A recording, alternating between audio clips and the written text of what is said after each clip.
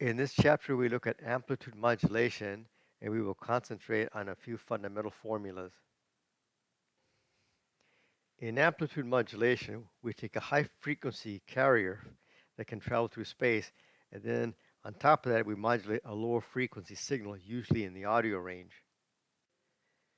When we modulate, we see that the low frequency signal will cause the high frequency carrier to change. As you can see, the amplitude has changed, and we create a very complex waveform.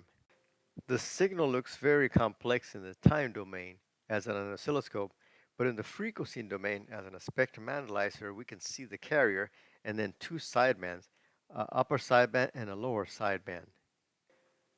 The signals modulate in an interesting way. The upper sideband is the carrier plus the modulating signal, in this case 1 megahertz plus 100 kilohertz equals 1.1 megahertz. But the lower sideband is subtracted, 1 megahertz minus 100 kilohertz for 900 kilohertz. In this example, we have one carrier and one modulating frequency, but a real audio signal is much more complex and contains many other frequencies. A real audio signal might contain a wide variety of frequencies, let's say from 0 to 10 kilohertz, and this is called the baseband. But the procedure for calculating the upper and lower sideband is the same. In this example, let's say we have a carrier of 100 kilohertz. The upper sideband would be 100 kilohertz plus 10 kilohertz, which equals 110 kilohertz. Then the lower sideband would be 100 kilohertz minus 10 kilohertz, which equals 90 kilohertz. But when the signal is viewed in the frequency domain as in a spectrum analyzer, you can see the carrier, but now the upper and lower sidebands contain a group of frequencies as the audio signal is changing constantly. The most important parameter when dealing with amplitude modulation is the modulation index. Let's say that we observe an unmodulated high frequency carrier and we see that it's 85 volts peak to peak. So let's say that VC equals 85 volts. Let's then take this signal and modulate it with an audio signal. And when we do, we see that the signal goes up to 100 volts peak to peak. So let VP equal 100 volts. We find the modulation index M by saying that it is equal to VP minus VC divided by VC. In this case, 100 volts minus 85 volts divided by 85 volts equals 0.18 or 18%. And in general, the modulation index should be kept around 80%. There is another way of calculating modulation index, and that's usually done when dealing with oscilloscope observations.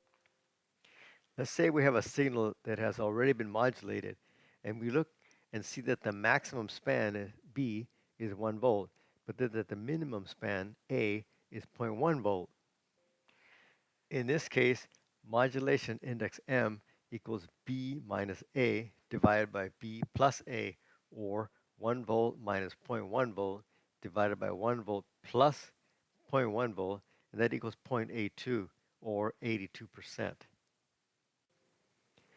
When dealing with communication systems, we must always be conscious of how well we are using the available power.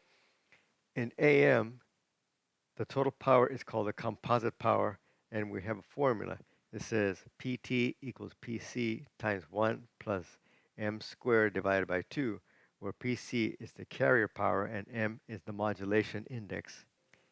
Let's do an example where the carrier power is 1,250 watts and the modulation index is 0.65. So the composite power, PT, equals 1,250 watts times 1 plus 0.65 squared divided by 2. And so the composite power is 1,514 watts. Now we need to go in reverse to find the sideband power by taking the composite power, PT, minus the carrier power, or 1,514 watts minus 1,250 watts, that equals 264 watts. Since there are two identical sidebands, that means that each sideband gets 264 watts divided by 2, or 132 watts. So it seems that in AM, is a very simple system, but it wastes power because you have two sidebands that have the same information. And there are ways to economize power by suppressing the carrier and even by eliminating one of the sidebands. And this is called suppressed carrier single sideband, which we'll look at a later time.